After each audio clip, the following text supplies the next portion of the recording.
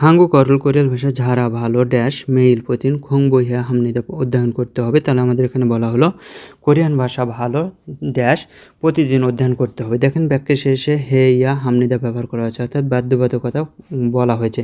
এই বাধ্যবাধকতা থাকার কারণে আমাদের প্রথম অংশে একটা শর্ত আরোপ করে দিতে হবে, তাহলে এই সেন্টেন্সটি কমপ্লিট হবে। যদি এটা আমরা বাংলা ভাষায় করতে যাই তাহলে এই ধরনের অর্থ আসবে, কোরিয়ান ভাষা ভালো করতে হলে, এই যে করতে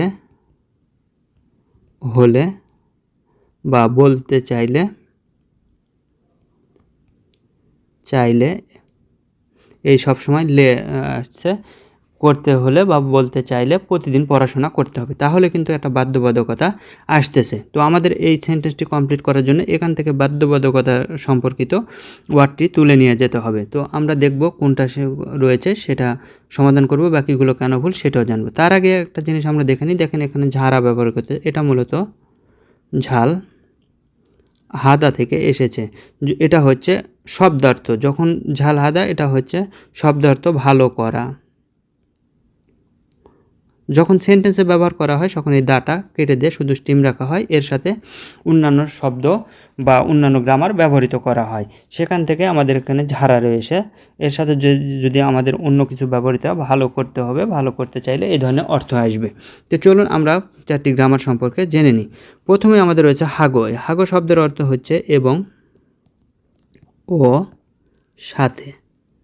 তাহলে এখন দেখব যে হাগো কোথায় ব্যবহৃত। হাগো সাধারণত দুটি জিনিস বলতে কি, দুটি নাউনের সাথে যুক্ত করতে হাগো ব্যবহৃত হয়। আর যদি একটি নাউনের সাথে যুক্ত হয় তাহলে এই সাথে অর্থ দেয়, আর দুটি নাউনের সাথে ব্যবহৃত হলে ও এবং অর্থ দেয়। এটা কিভাবে হয় সেটা একটা উদাহরণ দেখি।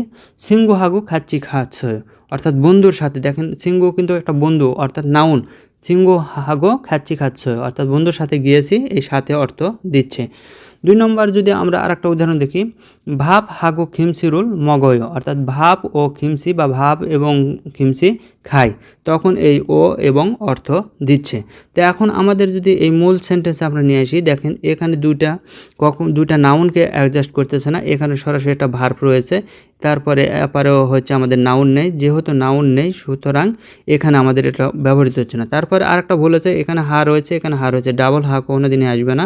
যে কোনো একটা বাদ যাওয়া দরকার ছিল সেটাও যায়নি, যেহেতু আসতেছে না সেও হচ্ছে না। তাহলে যেহেতু দুইটা নাউন নেই বা একটি নাউন তারপরে সাধারণভাবে সেন্টেন্স কমপ্লিট করেনি, সুতরাং এটা আমাদের হচ্ছে না, এটা আমাদের ভুল, এখানে আমরা ভুল পেলাম। 2 নম্বরে রয়েছে জিমান। এই জিমান শব্দের অর্থ কি? জিমান শব্দের অর্থ হচ্ছে কিন্তু, যদিও,